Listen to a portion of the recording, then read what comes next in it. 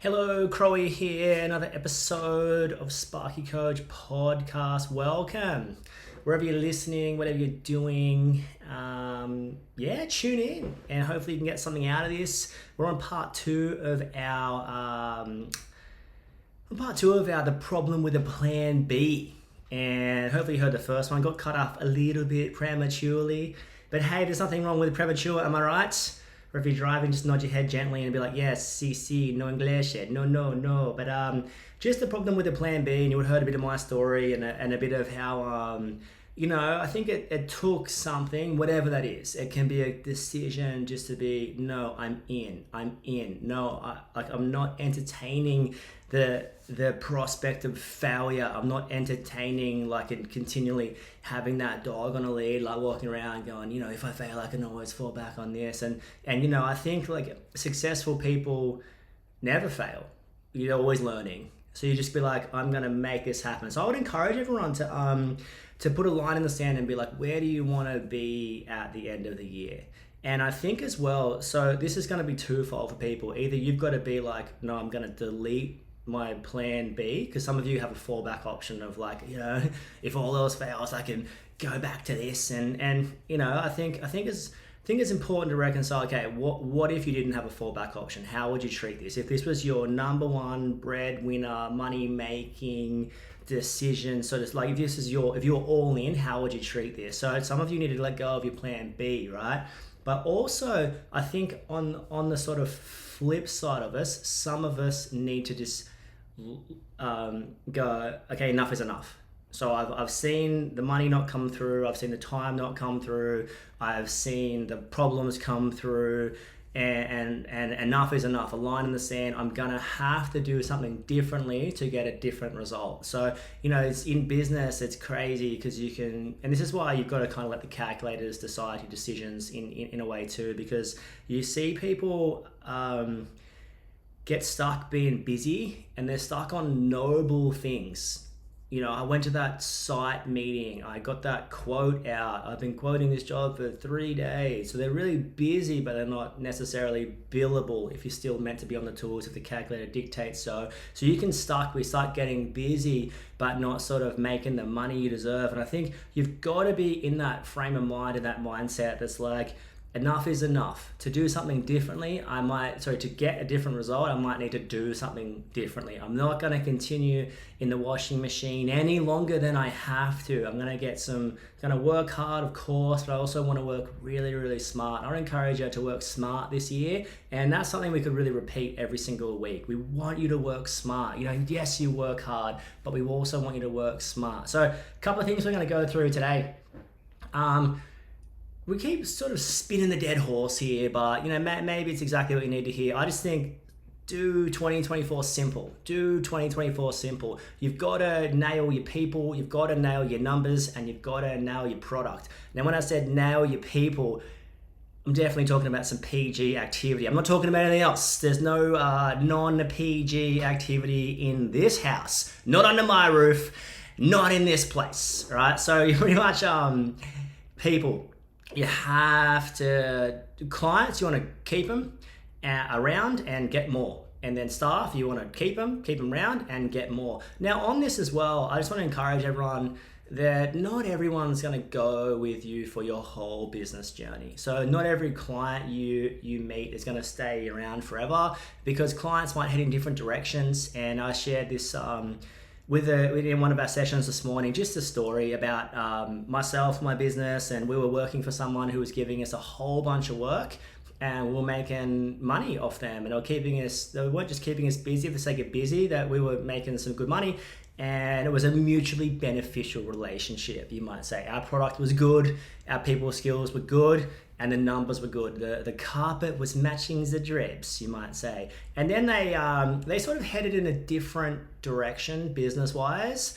This was a builder. They headed down the sort of contracts, admin, operations manager. Let's subcontract everything out, and that's a business model to work from a builder. And I fully understand that. We'll just win the job at this and we'll contract everything out and okay, let's get 3 prices for everything. And some people go down that path, and that was not quite the direction sort of we were going down. So we were almost headed at two different directions, and I remember him sort of going down there, and it's like, okay, what was here? Okay, now I've got to, we did a bit of cost plus stuff. Now I could everything quoted. Cool, sweet. I've got the data in here. So we quoted stuff, got approved. And then as the more quotes started coming in, it was like, some people were half our price, 3/4 of our price, never a quarter. It was only ever half. And I don't know if you've ever had that happen to you, if you've ever quoted something at 60 grand and someone's at 35, your immediate reaction is probably anger and frustration, and be like, how the hell is this person doing anything better than me? I'm the best Sparky that's ever lived. You're just going nuts, right? And you're like, how on earth? Like, what? Oh, maybe I've stuffed it on others. And I know for me, being quite a people pleaser and quite insecure at the start of business, your immediate reaction is, I'll do it for 35. I'll do it for 20. I don't know, do it 15. Like, it's just kind of, and go with me on your sort of personal resolve here. I wonder what you would have done in that situation. But your first step is, or my first step was to like people please and look at what we can do better. And I think as well, you've just got to reconcile that someone's always going to be a bit cheaper than you, and you don't want the job at that price. So there's a certain point you want the job, a certain point you don't want the job. Now, depending on your background, maybe even if I can say this, depending on your coaching background, you might have had some misinformation about numbers. So sometimes you see people throw prices out and they put it in their like group chat or their platform, and it's like, oh, I quoted 60 and someone came in at 40, and it's like, you're better than that. You back your gut, that's a non-ideal client, all this kind of stuff. And I think first and foremost, you have to go within first. Because I've sat with a bunch of people that are at 60 grand. I'm like, you've fully overcooked this quote. Like,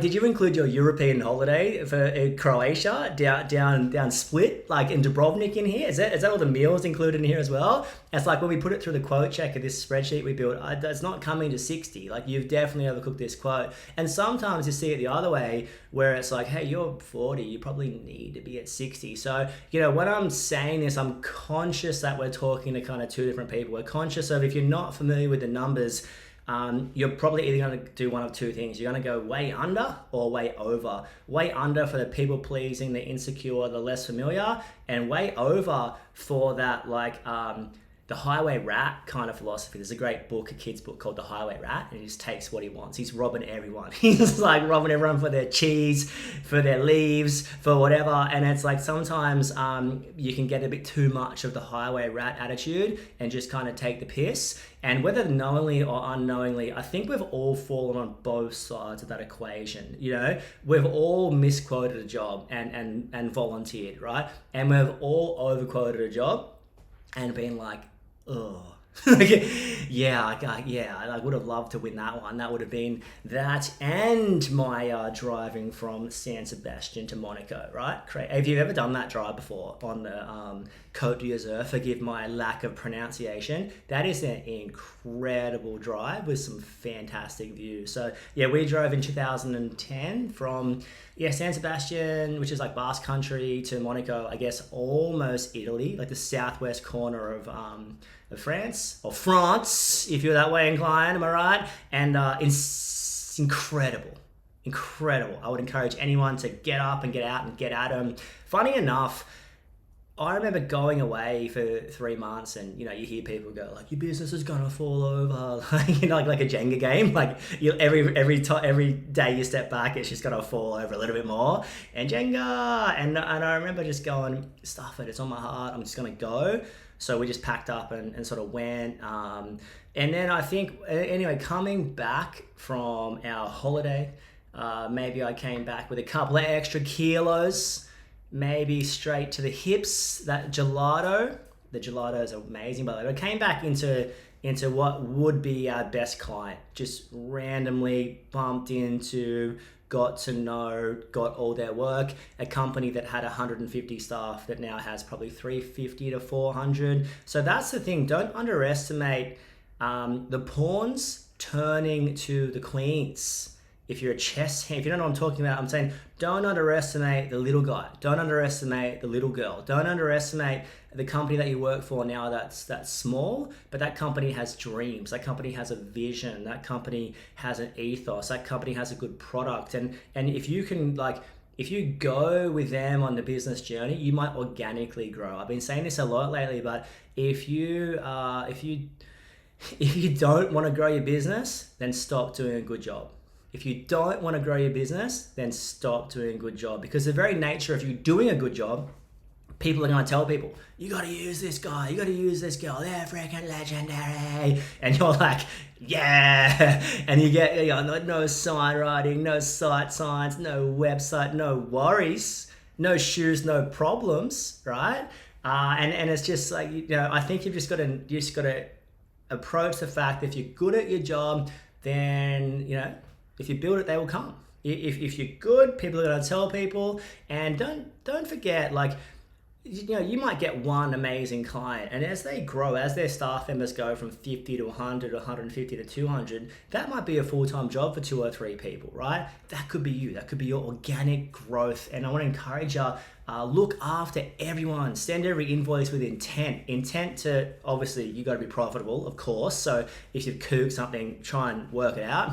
But intent for a long-term relationship. And I think when you're looking through invoices and checking things, or when your operations manager's looking through invoices and checking things, if there's something different to maybe, or something you might need to communicate extra, hey, just so you know, I know we said 700, but it's going to be 1,000. Hey, just so you know, as discussed on site, we've added these 3 things. It's going to reflect on the invoice. Be really clear. It's the little things that make a big difference. It's the little things in your business that makes a big difference. You can do the sickest job on site. You can have the best staff meeting on a Monday. You can have the best sign writing on your vans. You can have the sickest 22-inch rims doing manies, and everyone's like, who's that? Oh my gosh, look at those rims. And you're like, it's me, baby, it's my rims. You can do the sickest stuff, but the reality is, if you leave the site a mess, or leave the job a mess, or don't put something back, or the switch doesn't work, or the aircon doesn't turn on, guess what? No one cares. So it's like your product's got to be good. And I just wonder, I wonder what would happen if you just deleted your plan B and went, in 2024, I'm going to make this happen. I'm going to make something happen. I want to encourage you. Where do you want to land at the end of 24? Where do you want to be at the end of 2024? What kind of thing? I know you would say this. I know you would say, whatever's happening, whatever works moving through me, I want to, my product needs to remain at a high level. That's really, really important. I want to flag this too. I sit with some people and they're like, I don't want anything big, I just want like 1 to 2 staff members. That's it. I'm pretty simple. And I'm just like, you just need to back up for a sec, right? Like, we know that in the electrical aircon game, you're moving money through moving labor, pretty much. And aircon's a bit more of a front, like you're moving labor to move materials. But let's face it, no one's selling Clipsal Classic GPOs with a black hoodie on in a dark alleyway of Newcastle on a Friday night. Hey mate, do you want some classic GPOs? I got some. You want some? I got some. They're in a box. You want some? They're in a big satty. I got some Clipsal Classic GPOs in a sandwich bag. You want it? That's actually really funny. But no one's doing that. You're only selling the install. You're selling the supply and install of it, not just the supply. More than likely, that's what you're doing. So it's like, I think like when you want to stay small, that decision might be taken out of your hands. Reference this. Reference your one of your best mates goes and works for, I don't know, let's say Woolworths, right? And they're managing 12 stores, and those 12 stores need an electrician. And what happens?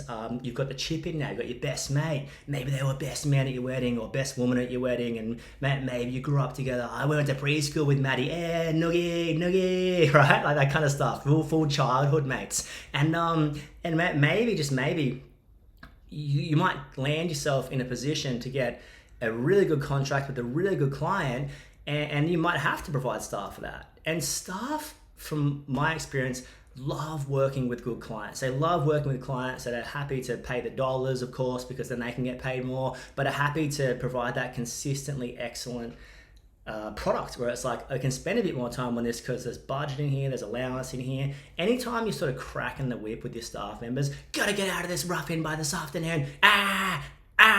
Gotta get to the call out, get to that switchboard, Billy, get to the chopper, Billy. Anytime you're just going nuts all the time, that's gonna overcook the chicken a little bit, right? Then you can push people hard, of course, like, you know, but there's also a threshold of how much is too much and that kind of stuff. So I just wonder if the decision to get big or to stay small or to get to 20 or to get to 3 just might need to be politely removed from the discussion just for now, just for a second, just to see how it feels and go, where do you want to be at the end of the year, right? We know you've got to move some element of labor through you to get the dollars, to get the dollar bill, y'all. So we go, okay, sweet. 2024, I want to land with an extra tradie, an extra apprentice. And then don't forget, any additional labor that moves through you, you got to have a think about it. What else does that mean? It means there's going to be, yes, additional materials move through you. It means there's going to be an additional administration responsibility on your shoulders. It means, or someone else's shoulders. It means there's going to be an additional workload situation on your shoulders or someone else's shoulders. So what do you need for a couple more staff members? You need work. You need clients, and you're also going to have a bunch, like if you've got 20 invoices to send every single week, then what does that administration situation look like at 100 invoices a week? If you've got 20 or 30 grand invoices going out every single week, what does that look like at 40, 50, 60? There's a clear difference to number of invoices, number of jobs needed, number of the phone to ring. There's lots of sort of moving parts. So it's like any additional, and the biggest bottleneck, I say bottleneck because my mum, shout out to Jenny Crowe if you're listening, think she used to say it a lot, bottleneck. There was this intersection at Sutherland when we used to, like, for the school I went to, and it was like the traffic was just psycho. This bridge went across a train line, and it went into, it's like it just went into a roundabout that went back on itself. It was crazy. Like, you would get the craziest traffic. I'm not sure if they've solved that issue or not. Probably not. And there was crossings there as well. Anytime there's a crossing there, there's just, and you got people walking across it, i.e. a crossing. It was absolutely wild times. Anyway, bottleneck, probably the biggest bottleneck in your business is you.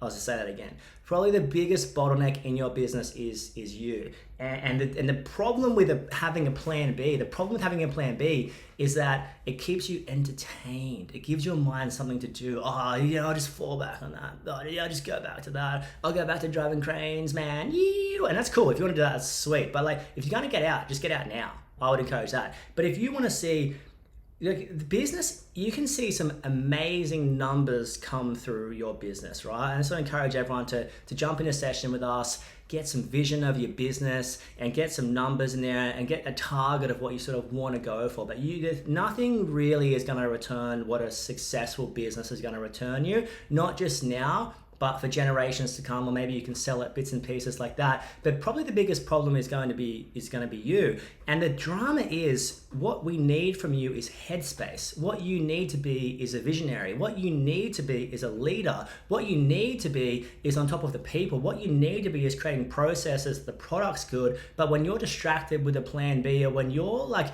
have you ever been in a conversation and it's like, maybe you called someone to say hi and it was like, an hour later, you're like, I didn't even really need to make that phone call. I was just procrastinating. Or maybe for me, I remember just driving to get coffees all the time. And I was like, you know what I need? A coffee. And I drive and get a coffee. And I'm like, you land yourself in a position you were never meant to be in, having conversations you shouldn't be having. You're just procrastinating. I would encourage everyone, get a day plan, get a schedule. And your best efforts at a schedule will come unstuck by life. But here's what I want you to take out of this, and this is why you can be the biggest bottleneck. Your head, although your feet are in the sand now and you're recognizing what's going on in the business, you sort of your feet are in the sand, feet are in the wax kind of thing. Oh, what's happening? Okay, that person might need to talk to you. That your feet are in the present. You have to be. Your head needs to be end of 2024, 12 months ahead. Going, what does that look like? Where do I want to be? What's stopping me from getting to that point? What are the bottlenecks? What are the problems I'm going to encounter along the way? And how can I counteract those problems with some smart decision making, right? Otherwise, you end up just like on the spit, just going round and round and round, just slowly cooking, slowly burning out. Like, forget about the slow cook. It's the slow burn that's going to kill you. The slowly burning out, the consistently opening the computer at night time. And you see too many people end up being the utility player in their business. Now, I remember, if you follow NRL, you'll know that there's 13 players on the field. Whatever sport you're at, this is probably pretty relevant, but I just don't know much about lots of sports. So there's 13 players on the field, and usually the number 14 is like a utility. So the number 14, they're on the bench, but they can play anywhere. It's like, okay, well, if someone gets injured, we'll put 14 in there and they'll just do their thing. Whether it's a winger or center or halfback or 5'8" or hooker, they'll just do their thing. And the problem with most business owners is you're meant to be the coach. You're meant to be directing and leading the team and coming up with the strategy and coming up with a vision, but you end up being the utility. And this is the utility zone you can get stuck in and just absolutely cooked, absolutely hung out to dry. You end up, someone calls in sick. Oh, it's all right, I'll do it. Something like goes wrong on a job and you're like, all right, let's come and do it. Something else happens, like, let me just do it. The phone rings, let me take that. Pushing everyone out of the way to get there. And something's always gonna happen. That's gonna happen in business. Let me just preface that. That is going to happen in business. If that's happening all the time, if that's happening consistently, if that's happening regularly, if that's happening daily, if that's happening 3 to 4 times a week, guess what? Get out of the way. Throw that number 14 in the bin. Recognize when you're just busy for the sake of busy, it's a real detriment to the growth of the business, right? What you want to be is the coach. You want to be the coach. Now, there's going to be a time when you're growing a business, you're going to play and coach. You're going to be the captain coach, so to speak. And that's very, very normal. But to prolong the captain coach stage or to stay in the captain coach stage is utterly, you kind of work in 2 full-time jobs. It's a very hard stage of business. You're required on, but you're required off. You've got to politely step out of the way. Now, on that, what do we need for that? And this is for any stage of business, you can be the captain coach. If it's not you on the tools, it's you off the tools micromanaging. If it's not you micromanaging, it's you off the tools, like quoting a switchboard upgrade when you've got $1 million quote to quote. It's like you in the right place, i.e. your company, but doing the wrong thing. So it's you're in the right spot and it feels good, it feels noble, you feel busy, but you're doing the wrong thing. And that's the problem with busy, that it actually feels really, really good to be busy. It feels, when you're busy, you feel important. When you're busy, you feel needed. When you're busy, you feel like, yeah, just throw it at me, I'll make the decisions, I'm gonna jump on the field and just go. And it's that busy mentality, and it's that busy space where you make some really bad decisions. Not necessarily make, but it's very easy to make bad decisions. It's very easy to make quick decisions without properly thinking about it. It's very easy to stay, to be feet in the sand, but you're making decisions not based on what's best in 12 months. It's very easy to put out spot fires. And if you're just consistently walking around your business with a fire extinguisher, spot fire, spot fire, spot fire, and you're just going, then you need to check yourself before you rickety, say it with me, rickety, wreck yourself. That's what you need to do. You need to be better, and you are better. You are smarter, right? You are better than this. No one planned a business or started a business thinking, oh, you know what I'm gonna do? I'm gonna trap myself in this thing. 10 years, 15 years, 20 years. And if you've gone a bit powder-fingerous, if you've gone a bit like, this life, well, it's slipping right through my hands. Sing this next bit with me. These days turned out what? Nothing like I had planned. That is sometimes what happens in business. I didn't plan for this. I didn't want to end up here. But I'm a victim of my own success. We did a good job once, we did a good job twice, we did a good job 10 times. Billy told Susie, told Jimmy. Now we're in this spot. I've got staff members, I don't even know I don't even like them. I don't even want to turn up here. Am I even making money? Am I busy for the sake of busy? Do I even like working for that? You're just asking, it's like, where are you? And I want to encourage you, pull the handbrake up and stop and look out the window. Where are you? And are you happy? And are you happy in your business? And are you going to make a decision today to delete the plan B? I'm going for it. I'm all in. Taking my boots off, throwing my boots in. Taking my pants off, throwing my pants in. Taking my belt off, throwing my belt in. Hey, the undies coming off too. I'm all in, baby. I'm throwing it in. And when you're all in, now we can be like, what do we want? And when we determine what we want, now we go like, that's what I want. How am I going to get there? It's just like punching into Google Maps. I want to drive to Caloundra. I want to drive to Tamworth. I want to drive to, trying to think of somewhere in WA. I want to drive to Margaret River. I want to drive to Perth. Sweet, map it. There's the destination. Go. How do I get there? And that's what we aim to help people do at Sparky Coach. We aim to make a decision where you want to get to at the end of the year. Now let's put in place some action steps to get there. And so I would encourage you, right, to every single person, stop what you're doing, stop the madness, stop just running around in circles, stop being in the washing machine, stop being in the dryer, stop being in the hamster wheel, stop just going round and round, stop doing burnout, stop doing the manies, lap, lap, lap, lap, lap, stop doing that, stop working so hard and start working so smart. Stop working so hard and start working so smart. And I think headspace is absolutely critical. When the business is your plan, when it's like, this thing is going to provide for my family, this thing I'm going to pass down to Crowland's son. I'm like, Jassy, get some pliers, baby. We're going in there. Actually, Jasper loves doing electrical work with me. It's actually really fun. He just frosts on it. I haven't taught him to strip cable yet, but he is 4. And if your 4-year-old strips cable, send me a video. I would love to see that. And but yeah, so just I would encourage every single person. I think if you're in this spot, you're here for a reason. If you're in this spot, you're here for a reason. So what are you here for? I would encourage everyone to, like, what do you want to do? You want to work with good clients, with good staff, and you want to do excellent work. Let's do it. Stop farting around, stop messing around, stop fooling around, stop acting like a teenager in your business. Grab it by the hands and be like, we're going. Now's the time. This is the year I work smart. This is the year I write some goals down. This is the year I get after it. That's what we want for you. And we really hope that we'd be part of that journey. So feel free to reach out if you want a strategy session or to catch up or whatever. And we'd love to hear from you. So wherever you're at, delete the plan B. Much love to y'all. Yes, I said y'all. Yes, I said y'all. Much love to you. Tell someone you love them today. We'll see you guys soon.